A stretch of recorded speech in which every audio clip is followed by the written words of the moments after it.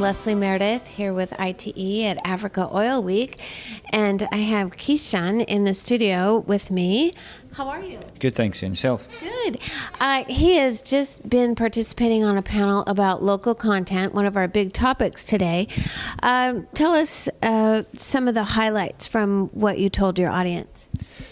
Yeah, I think from a local content perspective, South Africa's learning quite a bit from its implementation of local content in other sectors. So I've mentioned previously in our rail procurement, some of our electricity sector stuff, some of our renewable energy things.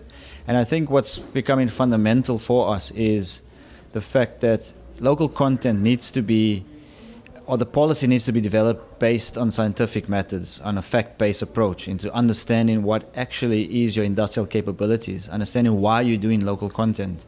A lot of the time that's just glossed over because people think it's just a flavor of the month thing to do local content, but actually local content stimulates economic development and industrialization in a given economy. And the outcome of local content is to create firms that are globally competitive and not necessarily just try and do import substitution economics. You want to create value to your economy, you want to employ more people, and through the right local content and the right partnerships, you're able to have more sustainable economic development post when the project is over. So you would actually have developed firms who are able to stand on their own feet and supply into value chains in South Africa, but will no longer have to rely on local content regulation to make them competitive. Okay.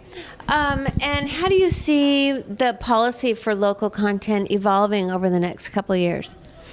I think this is an interesting question, and I'm glad you posed it, that it's evolving. And this is something that policy needs to do. And policy needs to take into account the fact that different stages of development of an industry requires different sets of policies. And as policy and as the industry develops, then you can implement different sort of policies. So at the beginning, in the upstream oil and gas space, South Africa is relatively new. So you want to be trying to encourage investment into the economy. So you want to carefully balance your local content stipulations on investors to try and get them to start investing, bearing in mind that your supply chains are not fully developed yet. But as and when this industry starts to pick up and you start developing supply chains and suppliers, you can then start increasing your local content targets accordingly. And that sounds like a very realistic approach. So you're really, as industry ramps up, so is the local content. Yeah, exactly, because today's supply chain in South Africa would not have some of the big oil and gas field services companies or suppliers because there's just no upstream industry. But once there's a viable industry, that supply chain starts to change.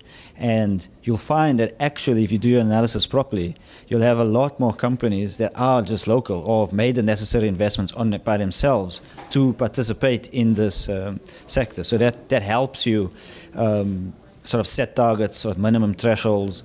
And in the end, it's just going to make business sense for everybody to have a local supplier. If the costs are lower, you don't have to import equipment and components. Your lead times are shorter, and that just makes it useful for everybody. Even the multinationals who might be resistant to it at first will find the benefit of it, but it's not going to happen by itself. You need to, I think, do it on a systematic basis in collaboration and coordinated with various government agencies and, most importantly, with the industry themselves. Policymakers understand their world. Industry understands the technical difficulties of their world. And if you try and marry the two, yes, you're going to get a better outcome that way. Absolutely. That sounds good. Now, I would imagine that this Africa Oil Week, this forum, seems like it would be a positive venue for you to start building these synergies. Yeah, no, definitely. I think a good thing about Africa Oil Week is all the people that you want to talk to is in one place at the same time. It's easier to get access to a lot of the people and to have sort of frank discussions, particularly in some of the networking events.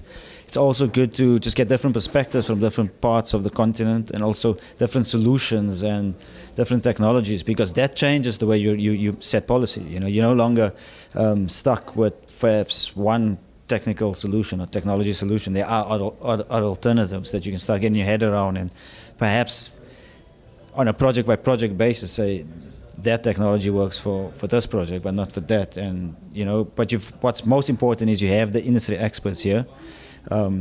You can get guidance as to if you're developing policy for local content, in what does industry think? Because they are here, and a lot of the time policymakers are guilty of not consulting enough before they set the regulations and the like.